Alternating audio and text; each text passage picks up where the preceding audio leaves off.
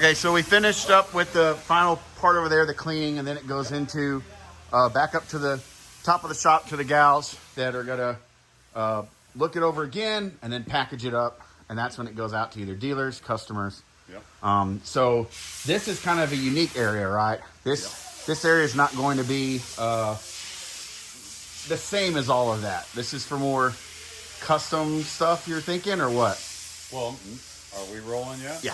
Well, you could have said 3, 2, 1, go. Oh, I'm sorry. Okay. So this is the side where this is where we keep our micarta, and this is where Mikey on this particular side, right back here.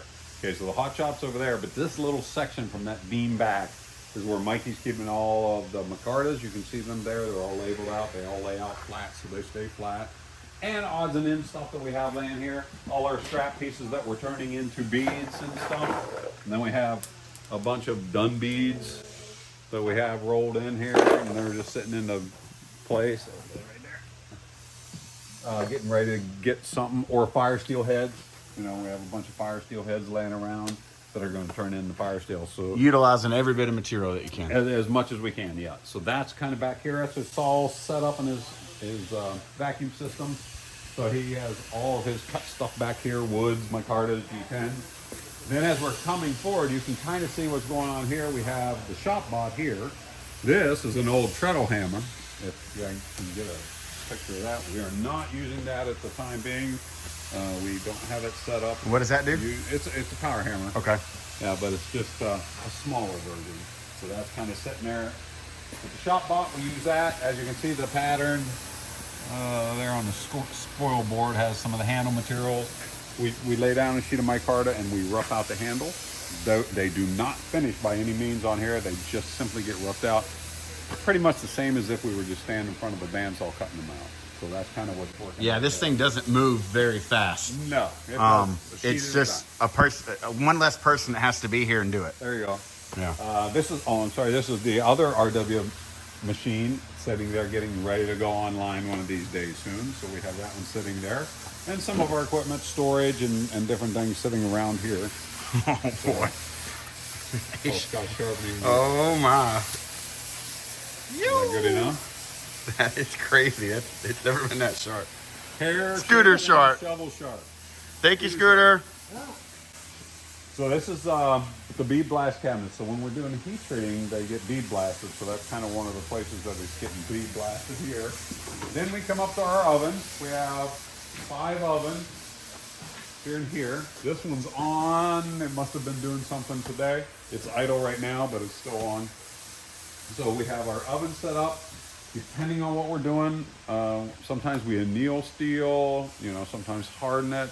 It just depends, temper it, depends on what's going on. So that, I don't think any of the other ovens, not this one's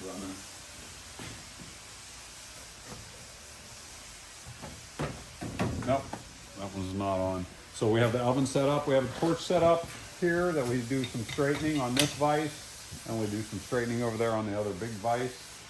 There's the oven set up on that side.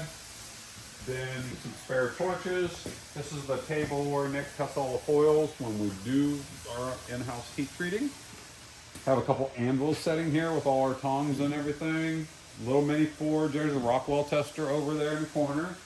So this is how we check the hardnesses. Done on the Rockwell tester. Some of the hammers that we have sitting around, ready to go for things. And then Big Blue. This, as you can see, it's not hooked up right at this time. We should have it online by summer. That's one of those things that we're looking forward to get up and running so that we can do some interesting things with that as well. Sure. Yeah. So, super quick, when you were in the early days, did you do a lot of hand forged stuff and hammering out? Is that something that you miss and that you're excited about with having a dedicated space now and it not kind of being are you excited about maybe getting back into that again? Well, definitely. RW was not a forge guy, so I learned the art of stock removal from him. I learned how to forge from 2 different people, Greg Gottschalk and then Bruce Godleski were the 2 guys that taught me how to forge, and they're both over in Pennsylvania. And they both had hammers, and I think Greg had a press as well. But that's where I got my forge knowledge.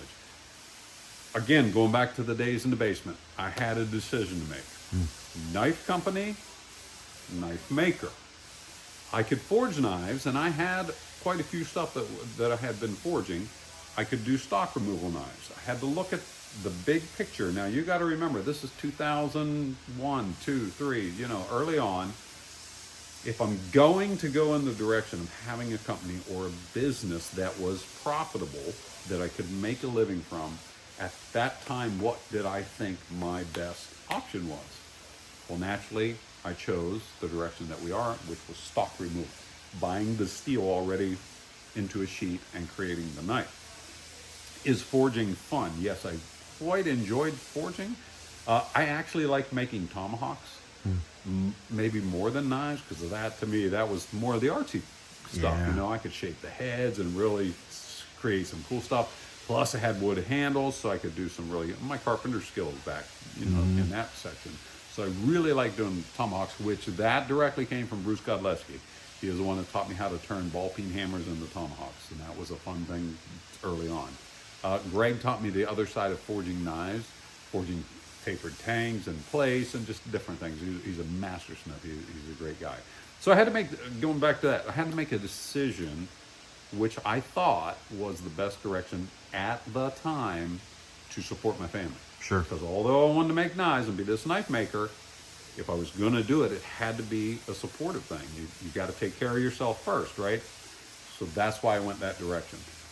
It wasn't that I liked that better than forging, or that I even like forging better than this, because I like the idea of taking just a piece of steel and turning it into something. Yeah. So whether I forged that piece of steel or that piece of steel was given to me, it was an old lawnmower blade or whatever, and turn it into a knife, I enjoyed that part.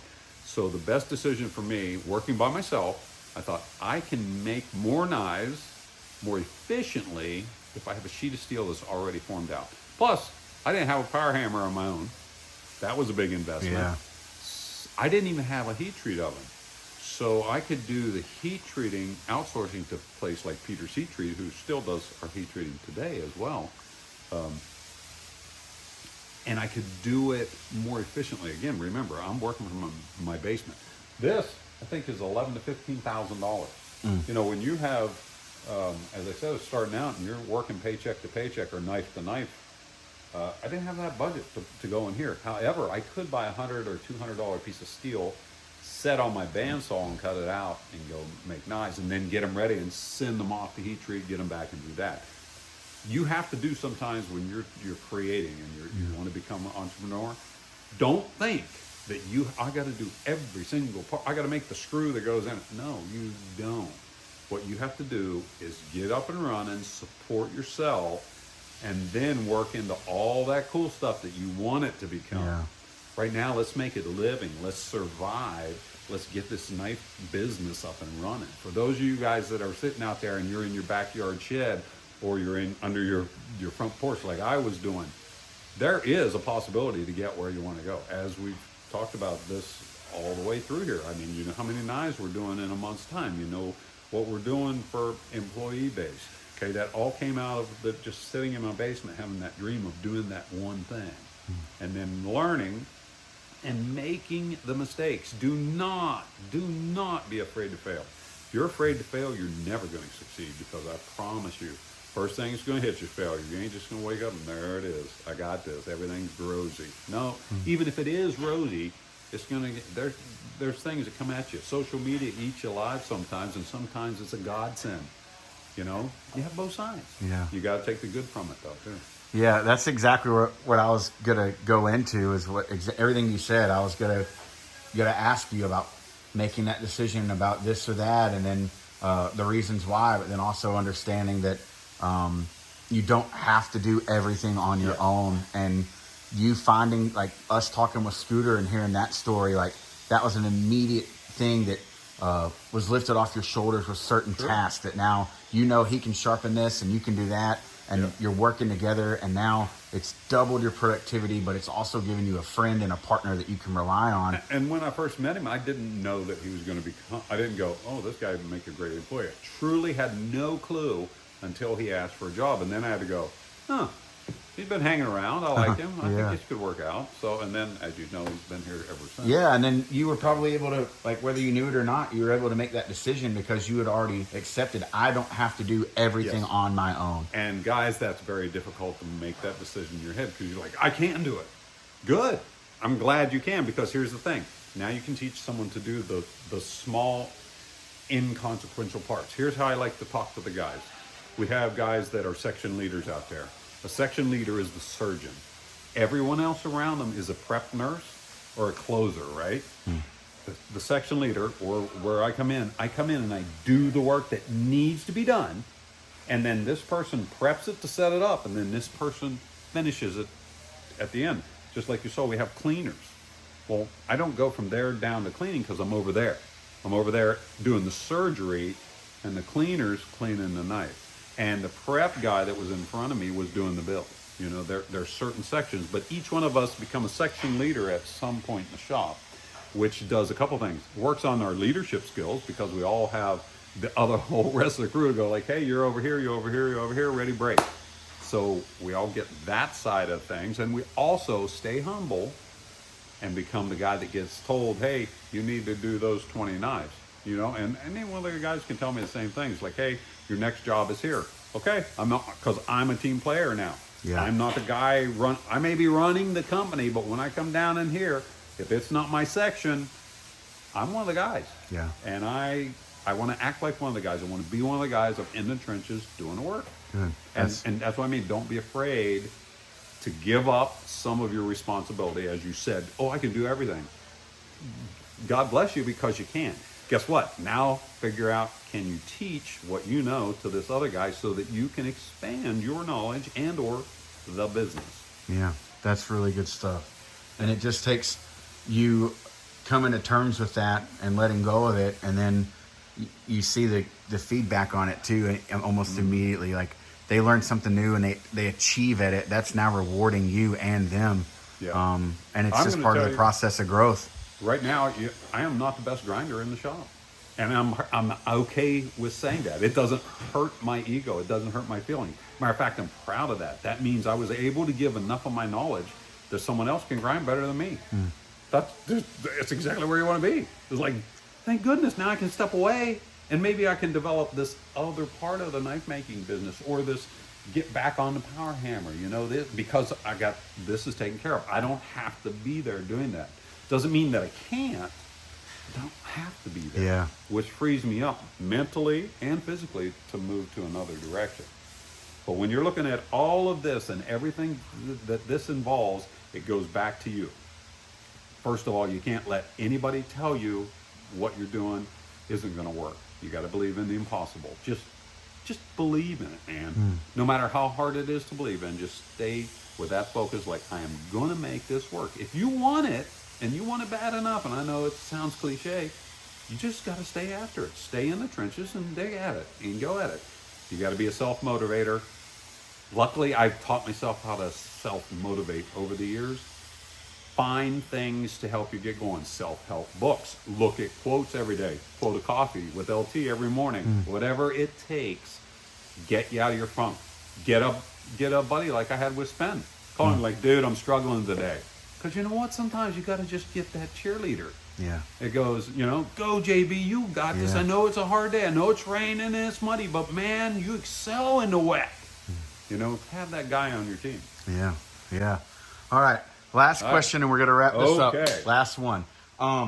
So one of the things that I do in my classes is when I'm teaching knife classes or whatever, I kind of sheds light on the importance of what the cutting edge did for us as humans. It separated us from just being prey. We weren't born with fangs and claws and fur, and so it allowed us to cut into meat. It allowed us to manipulate other materials, and from that, we've now progressed into these amazing knives that you help create. So I want to ask you, what does a knife, like, what does the knife mean to you? Like, not why make knives, why is it that you have decided it, but what is it that the knife is this thing that stands out to you out of all the stuff? Like, why is it a knife that is so important for you to want to make for others to enjoy? Because you could have decided with any product. You could have kept doing your own carpentry stuff. You could have made, but for me, I'm such a fan of the knife because I understand how important of a tool. Like, I consider it the greatest invention we've ever had as humans. It changed everything for us. But for you, I want to know what your take is on it. Kind of two things. One, from the design aspect. This intrigues me all the time. I am able to make a living building the oldest tool known to man. Yeah. And trying to put a new spin on it. Bottom line, every knife's got a handle, a blade, and a point, right? So we have an edge and a point and a handle. Every combination under the sun has been thought of, put together, and thrown out there to come up with that new thing or that new innovative way to do that thing. That excites me. I love that experimental. And again, throwing things against the wall, see if they're going to stick. Now, as far as what does it mean to me, the best thing, I don't know. It's kind of like one of those things you almost think, well, it had to be ingrained in my blood.